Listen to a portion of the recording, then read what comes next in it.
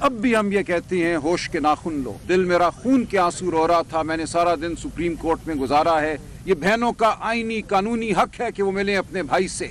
عمران خان کا یہ حق ہے کہ ان کے وکلاء ان سے ملیں, ان کے رفقا ان سے ملیں. تو آج بھی میں وہ دروازہ کھٹکھٹا رہا ہوں. نہیں دل کرتا تھا کہ یہ دروازہ کھٹکھٹائے, لیکن ہم میں سے کچھ اب بھی یہ چاہتے ہیں کہ ملک آئین اور قانون اور اس سے بڑھ کر شرافت کے مطابق چلے.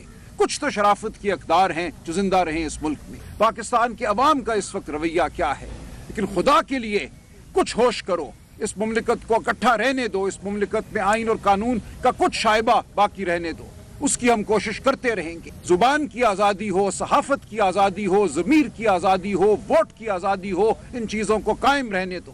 ایک مہذب معاشرہ اس کے بغیر ممکن نہیں ہے. اگر تم یہ باقی نہیں رہنے دو گے تو پھر وہی بربریت ہے جو کل شام ہم نے دیکھی. تو ہم بھرپور کوشش کریں گے اس ملک کو ہم شرافت سے آگے بڑھائیں. اس ملک میں ہم پاکستان کے عوام کی آواز بنیں, ان کے دکھ درد کا مداوع کریں. لیکن ہمارے سامنے جو اس وقت طاقت ہے وہ نشے میں چور ہے, طاقت کے نشے میں چور ہے. وہ یہ سمجھتی ہے اس کو باہر کی آشیرواد حاصل ہے, وہ اس ملک میں کچھ بھی ظلم ڈھا سکتی ہے. لیکن ہم ثابت کریں گے کہ اللہ تعالیٰ کی لاٹھی بے آواز ہے. ہم اس ریاست کے وفادار ہیں, اس آئین اور قانون کے وفادار ہیں. ہم چاہتے ہیں آئین اور قانون کے مطابق اس ملک میں حکومت قائم ہو. یہ مطلب ہے جو ووٹ ملا ہمیں اس ووٹ کو مانا جائے, اس کا تقدس بحال کیا جائے. ہمارے مقدمات عدالتوں میں پڑے ہیں, وہاں ان پہ کوئی عمل نہیں ہو رہا. مقدمے وہیں کے وہیں جامد ہیں. اگر آئین اور قانون کے مطابق معاملات آگے بڑھے تو اس سسٹم کے اندر حکومت جو ہے وہ عمران خان اور پی ٹی آئی کی, ہم اس کے حقدار ہیں.